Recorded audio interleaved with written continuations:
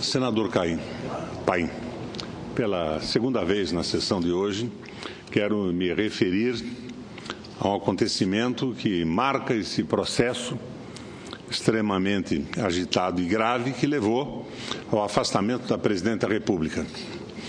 Hoje, por determinação do juiz federal Sérgio Moro, foi preso o ex-deputado e ex-presidente da Câmara Federal, Eduardo Cunha. Eu não me regozijo com a prisão de ninguém, senador Paim, porque, na verdade, o Eduardo Cunha é um elo a mais nesse sistema corrompido, comandado pelo capital de empreiteiros e de banqueiros, que corrompe a política brasileira, que corrompe sistematicamente o nosso sistema eleitoral e o sistema mesmo de decisão no Congresso Nacional. Eu desejo que o Eduardo Cunha seja tratado à luz do Código Canônico. Em primeiro lugar, o arrependimento. Em segundo lugar, a confissão. Em seguida, a penitência. E só então o perdão. Eu acredito que a vida está dando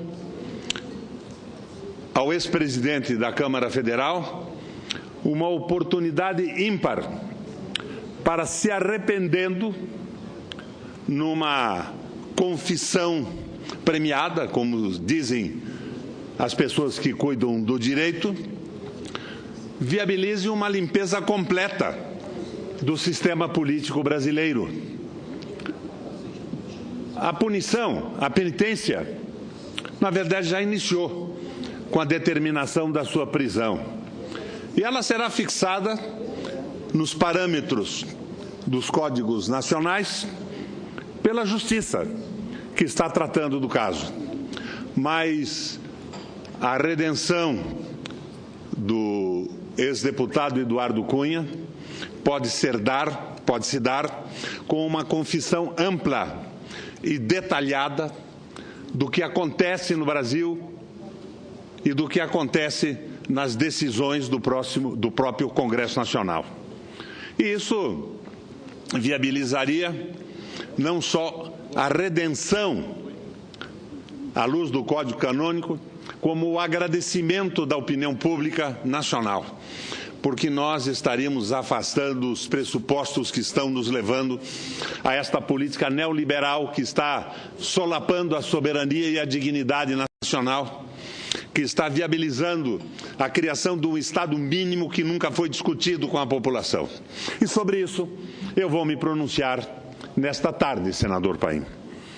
Eu vou falar sobre o bloqueio e o congelamento do crescimento econômico do nosso país.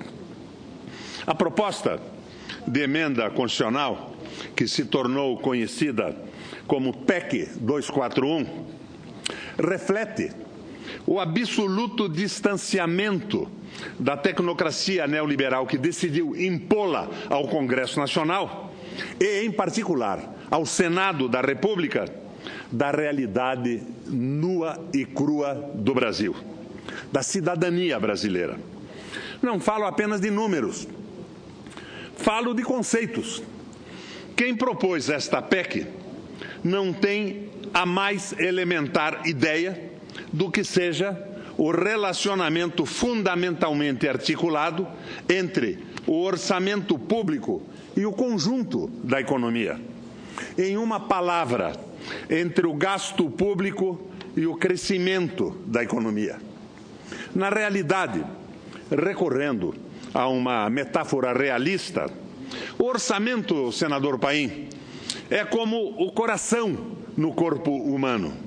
Dele saem as energias centrais que põem todos os órgãos e membros em movimento.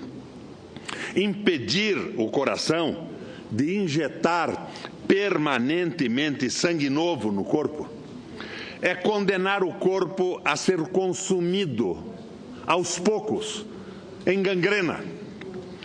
Isso está acima de ideologia, senador Paim. São fatos. Isso está acima da noção do que seja o Estado máximo ou do que seja o Estado mínimo. É o Estado, através do orçamento, o único agente, por exemplo, que numa recessão pode aumentar a demanda efetiva e o investimento, inclusive o investimento privado.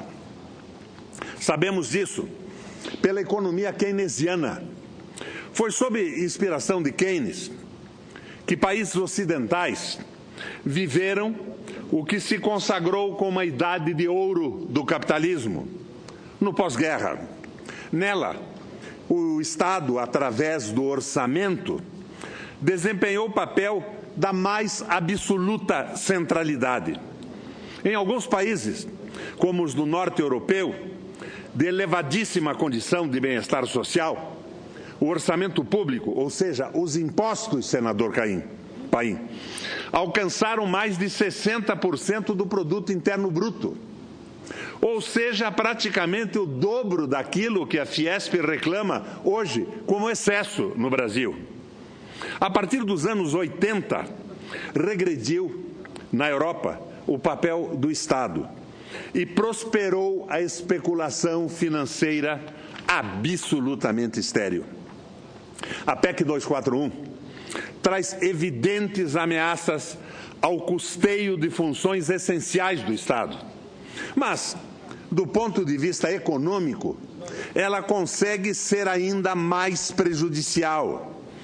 Os investimentos públicos serão virtualmente extintos no plano federal.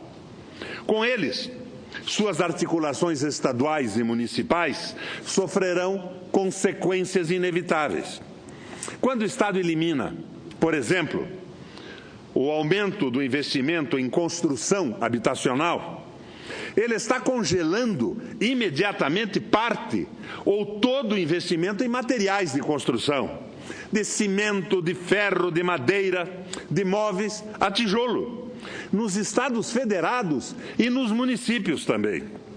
Espanta-me, senhoras e senhores senadores, que uma iniciativa de caráter tão grotesco possa ter sido trazida para discussão no Senado Federal, em plena depressão econômica, a maior depressão econômica da história da nossa República. Esqueçamos, por um momento, o interesse público mais geral. Falemos dos interesses das populações dos estados federados ou dos municípios.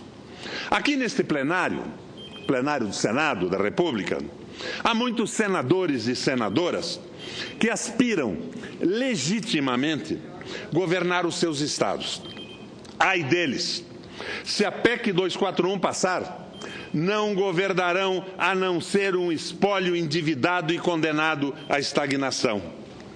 Não creio, sinceramente, que haja uma inteligência coerente por trás desta e de outras iniciativas do governo relacionada com os estados federados. A renegociação das dívidas, por exemplo, nos termos propostos, é uma farsa, uma absoluta farsa. Falarei sobre ela oportunamente. Também é uma farsa o projeto de privatização da parte já negociada da dívida dos estados, o famoso refis, na medida que estimula o deságio sobre supostos ganhos atuais e subtrai impostos certos que seriam recolhidos sem deságio por administrações futuras. Mais uma vez, senador Paim, jogando o presente contra o futuro. Não entendo a lógica destas e de outras propostas. Na verdade, elas assinalam a ausência de plano, a ausência de estratégia e definição de objetivos coerentes por parte do governo. Numa palavra, com o impeachment, saímos de um governo fraco para governo nenhum, ou para um governo desarranjado e mutilado. Aparentemente, O único objetivo deste governo é se manter no poder, a qualquer custo. E mesmo isso é uma dúvida, na medida em que há claras fissuras nos partidos que haviam se comprometido a lhe dar sustentação. Os 35 partidos que existem no Brasil, 27 dos quais no Congresso Nacional. Alguns dando claros sinais de cansaço, exceto, é lógico, naquela Câmara aglutinada pelos expedientes do Eduardo Cunha, que ainda se mantém, para o horror de toda a sociedade brasileira. Eu peço, então, às senhoras e senhores senadores que reflitam detidamente sobre a PEC 241. Ela não serve para o Brasil. Consultem especialistas independentes, cidadãos imparciais, pessoas comprometidas realmente com os interesses nacionais. Todos dirão que ela não serve para o Brasil e para nenhum outro país do mundo, em especial, senador Paim, a países em desenvolvimento que precisam desesperadamente de investimentos públicos. Os que propuseram a PEC 241 ao Executivo, fazendo com que ela fosse aprovada pelos artifícios típicos do Eduardo Cunha na Câmara, não têm compromissos com o Brasil. E o Senado, numa atitude suprapartidária, deve dizer não a essa PEC em homenagem aos interesses do povo brasileiro, à nossa dignidade e à nossa soberania. E que Deus ilumine, a partir desse momento, Eduardo Cunha. Que, como no Padre Vieira, surja nele um estalo embalado pelo arrependimento e que ele denuncie todos os partífices da corrupção do sistema político brasileiro, que continuam, ao que tudo indica, comandando interesses geopolíticos que não são os nossos e definindo políticas contrárias ao interesse da soberania dos trabalhadores e do nosso povo. Valeu, presidente. Agradeço pelo tempo nesse fim de tarde em que nós aqui isoladamente estamos conversando no plenário do Senado Federal. Mas através da Rádio Senado e da nossa televisão estamos conversando com a sociedade civil brasileira. Valeu, muito obrigado, senador Paim.